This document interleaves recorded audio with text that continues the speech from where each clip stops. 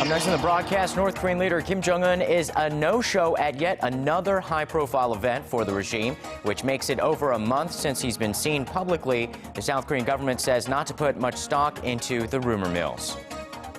As the nation's finance minister continues his path for expansionary economic policy, the Bank of Korea governor says deeper measures to fix the country's business fundamentals are more necessary. UN Secretary General Ban Ki-moon and World Bank President Kim raised the alert level on the current Ebola outbreak, saying that speed is of the essence to contain the human and economic toll. Primetime News begins now.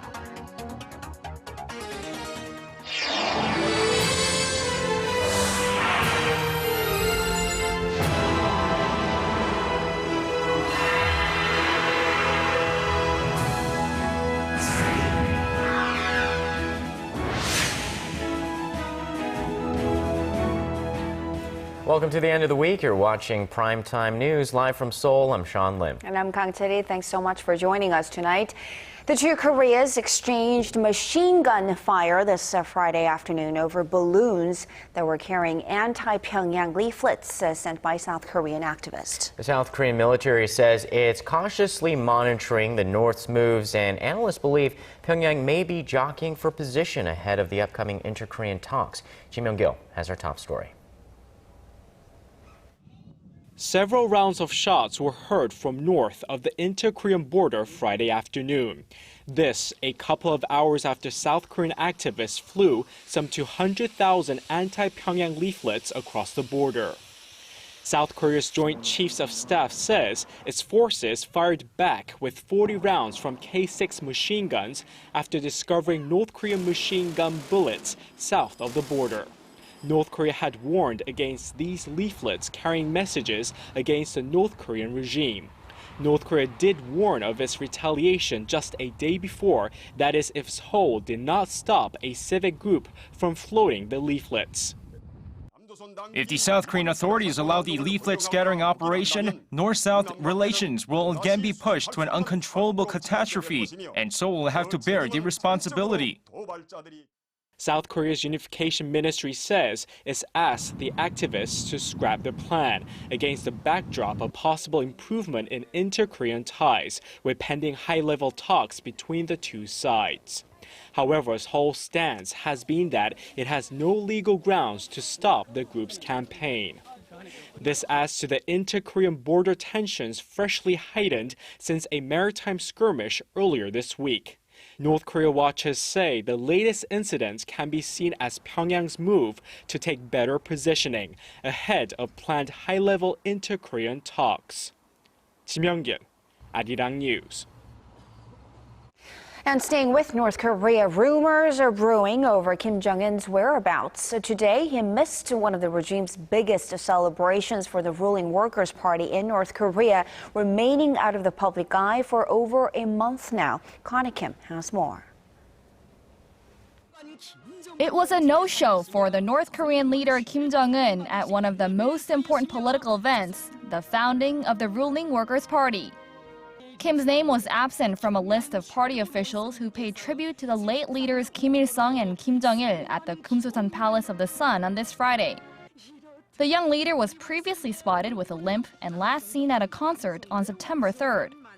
But it's been more than a month now since Kim Jong-un's made a public appearance, and his absence at the key political anniversary is again fueling speculations of his whereabouts. Korean press reported earlier last month of Kim's possible hospitalization after receiving ankle surgery, or that he could be suffering from gout or diabetes.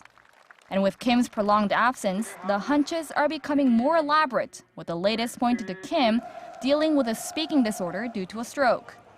Meanwhile, others point to a possible military coup or even Ebola contraction. The South Korean government, however, has played down the significance of Kim Jong-un's no-show. Seoul's Unification Ministry spokesperson Im Byung-chul said the North Korean leader's rule is still in normal operation. He cited comments made by Kim Yang-gun, a high-level official from Pyongyang who made a surprise visit to the south last week, who said Kim was fine and healthy. Kim's absence is the longest he's been out of the public eye since taking over the regime in 2011. Connie Kim, Arirang News.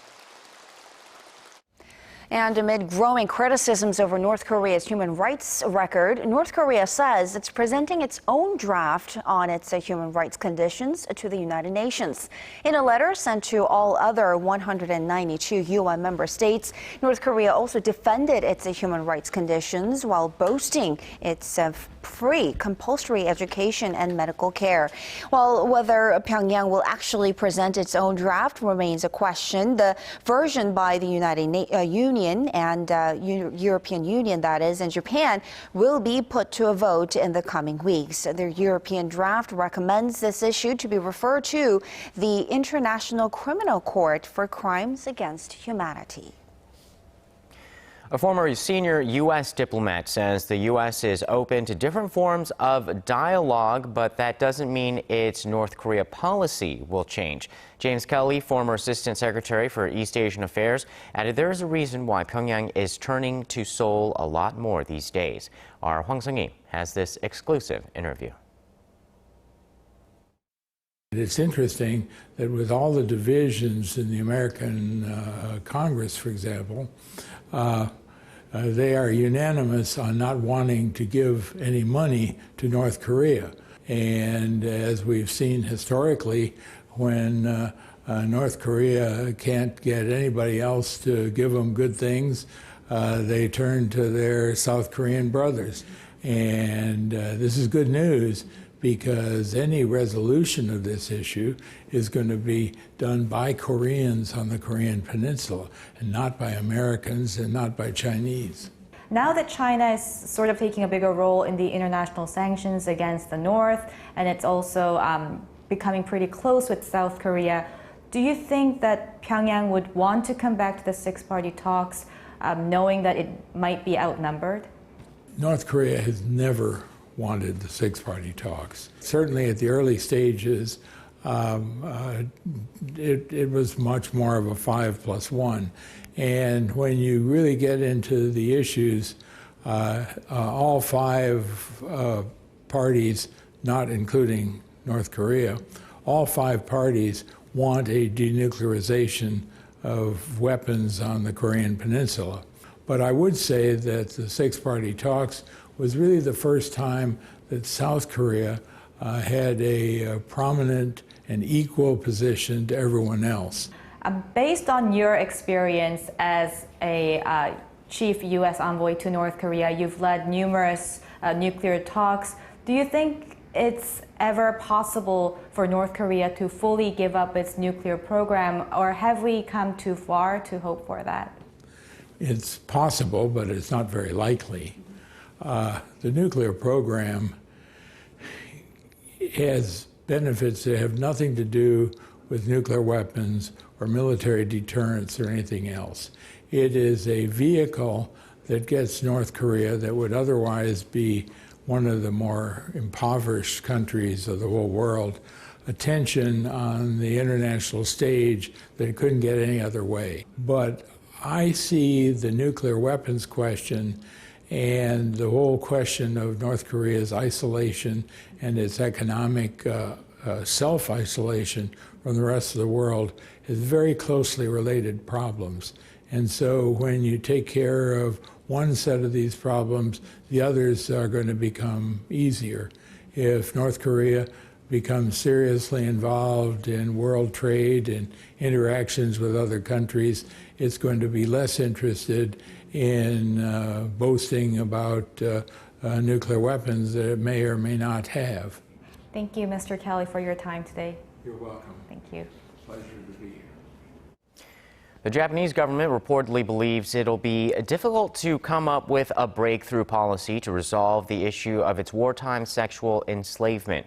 According to a report in the Nihon Keizai, Japan has communicated this stance in recent meetings with South Korea. Echoing the view is Japanese lower house member Koichi Hagiuda, special advisor to Prime Minister Shinzo Abe, who reportedly said that Tokyo does not plan to live up to the Kono statement, which apologizes for its wartime sexual enslavement. The Korean government says it plans to pressure Tokyo to take a more responsible role in resolving the matter during next week's UN meeting on this issue. Curry's comments came in response. Your gateway to the day's biggest stories in Korea and around the world. Breaking news, the hottest interviews, and a whole lot more. Join Arirang Sean Lim and Kang Chery from the heart of Seoul. Begins now. Primetime news, weeknights, live at 10 on Arirang TV.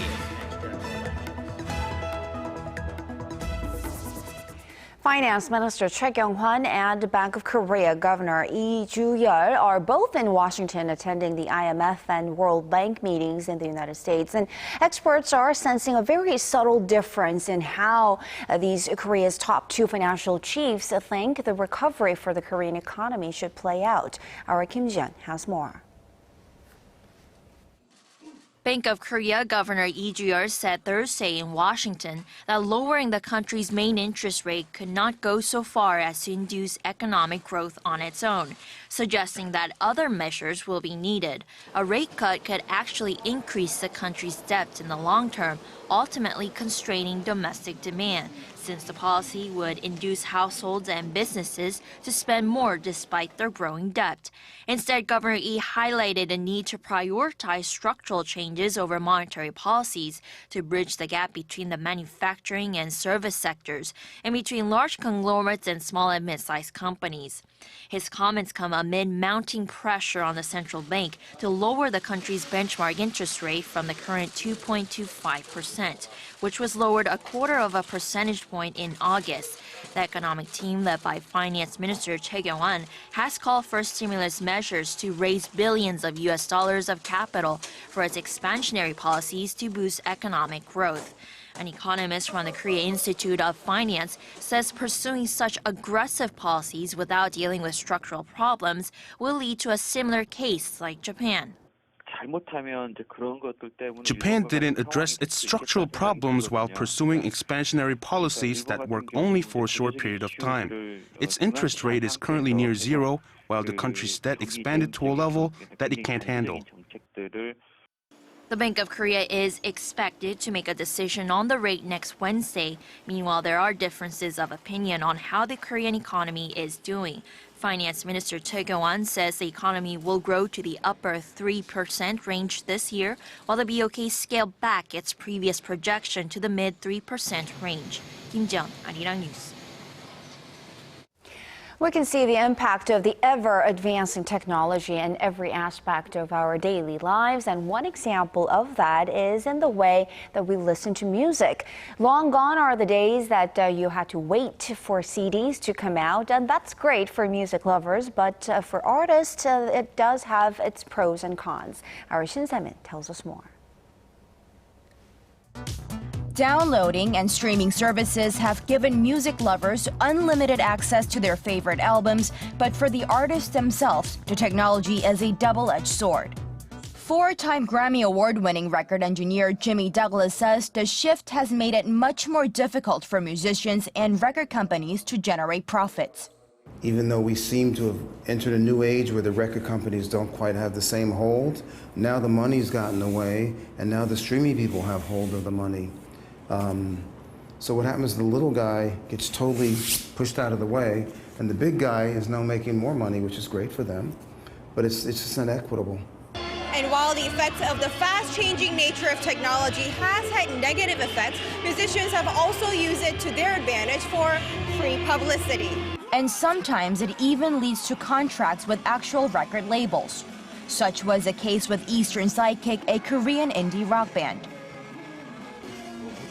At first, we started out small, but after a couple of gigs at clubs in Hongdae and putting some of our performances online, the size of the crowds grew and grew, and this is where we are now.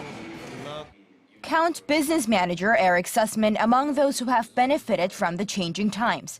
Through a Kickstarter campaign along with the now famous Amanda Palmer, the duo raised more than $1 million in just 18 months. Sussman said similar campaigns could be a good fit for Korean musicians. Especially with how wired Korea is, it seems to me that getting the message out ought to be very easy. And the more people you reach, the higher your chances of finding the people that will support you. And in that sense, I think the market here is ripe for this kind of action. Insiders say newcomers will have to take full advantage of the technology already established in Korea to make themselves heard by the masses. Shin Se-min, Arirang News. Tech officials from nearly 200 countries will flock to Busan next week for the 2014 International Telecommunication Union meeting. The ITU is a UN-affiliated organization, and it's the first time Korea is hosting this conference after joining the group more than 50 years ago. Song Ji-sun has this report. It is the world's oldest international organization, originally established to promote cross-border cooperation in wire telegraphs. It is now high-tech, with an agenda that extends to managing satellite orbits. But advanced technology is no longer the only concern for the 193 countries that participate in the ITU plenipotentiary. Narrowing the information gap between nations is one task, as is sharing ICT policy experience and directions that a common vision for the future by discussing issues like cybersecurity and child online protection. A day before the official kickoff of the ITU Plenipotentiary Conference, the annual ICT ministerial meeting, hosted by Korea for a decade now, will be held at Busan's APEC House under the theme The Future Role of ICT and Sustainable Development with Inclusive ICTs. Korea hopes to boast its reputation as an ICT powerhouse at this event. It will be a completely paperless conference where all participants will receive updated information on their tablet PCs and smartphones throughout the sessions. We've also set up giga-scale landlines and mobile connections for that. After hosting the event, the Korean government hopes the impression left on participants helps domestic ICT corporations expand their export channels. The Ministry of Science, ICT and Future Planning also seeks to use this opportunity to promote Seoul's creative economy models by encouraging small and mid-sized companies to exhibit their ideas and products at multiple expos held throughout the 3-week conference. Song Ji-sun, Arirang News. This year's Nobel Peace Prize has been jointly awarded to teenage activist Malala Yousafzai of Pakistan and 60-year-old campaigner of children's rights Kailash Satyarthi of India. The Norwegian Nobel Committee on Friday named the two in acknowledgement of their struggle against the suppression of children and young people worldwide. Satyarthi, a veteran activist, has led various peaceful protests against the exploitation of children for financial gain. And at the age of just 17, Malala, who was shot in the head by Taliban gunmen in 2012 for campaigning for girls' education, is now the youngest recipient of the prize.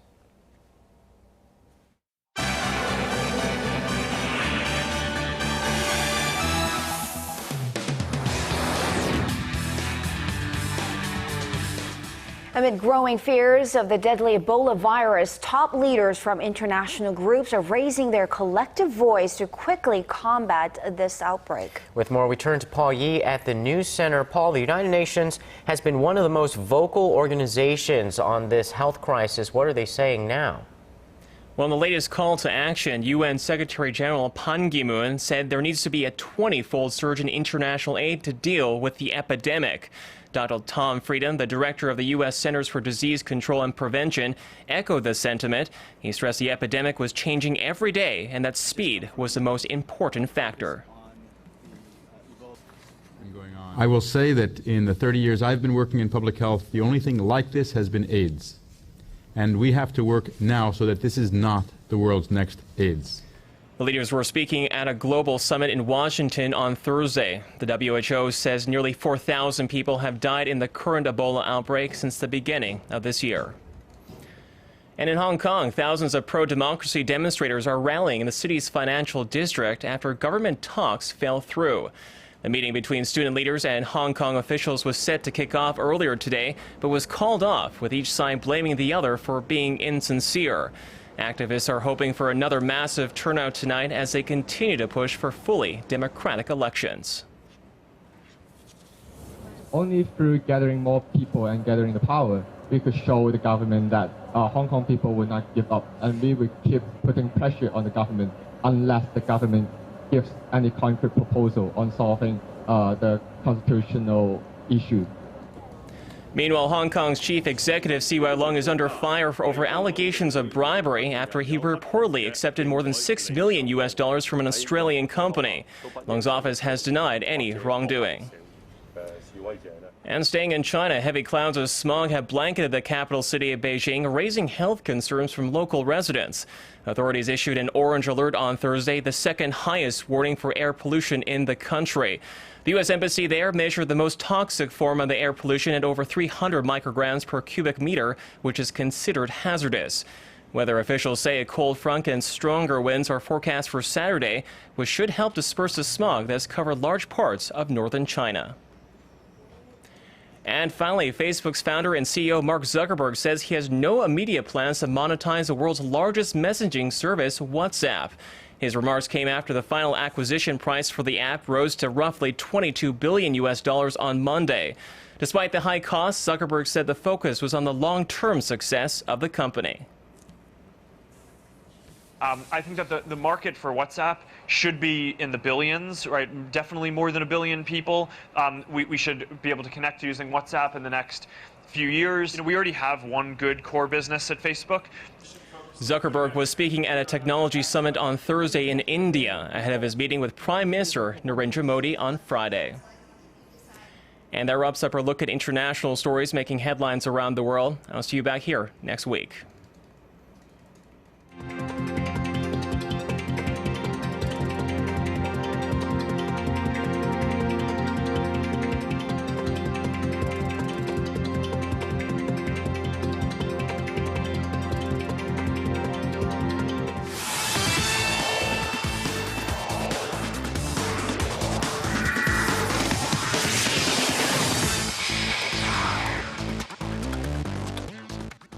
Hello and welcome. I'm Stephen Che with Friday Sports Update. Kicking things off, South Korea and Paraguay met on the pitch at Cheonan Sports Complex for their international friendly match, and it went pretty well. Uli Stilica made his managerial debut for South Korea, but already he may be onto something.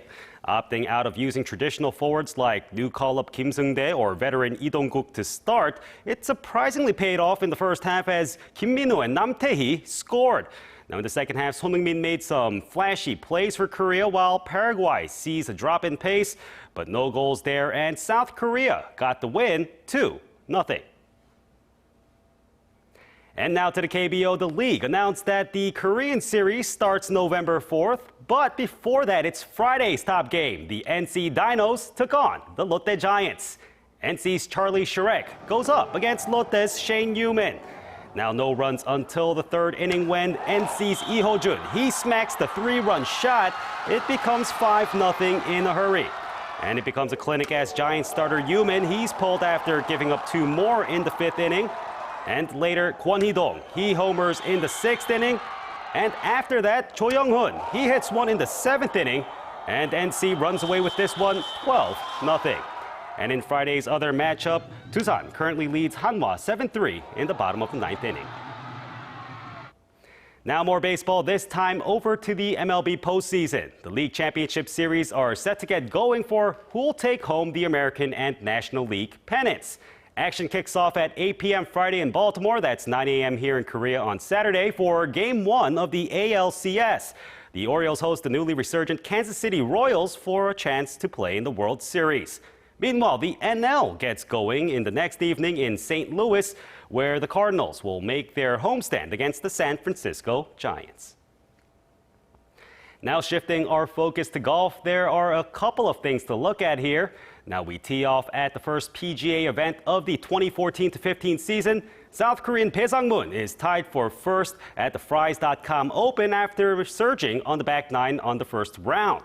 Now for the ladies at the Sime Darby LPGA Malaysia, Yoo So-yeon's 5 birdies in 7 holes to start the round propelled her to first by 2 shots. Meanwhile, in the Korea PGA for the KJ Choi Invitational, named after the famous Korean golfer, Park Jun-won tops the standings after round 2 after shooting 6 under on the day. Well, that does it for sports. Thanks for joining me. Have a great weekend. But first, your weather. Good night.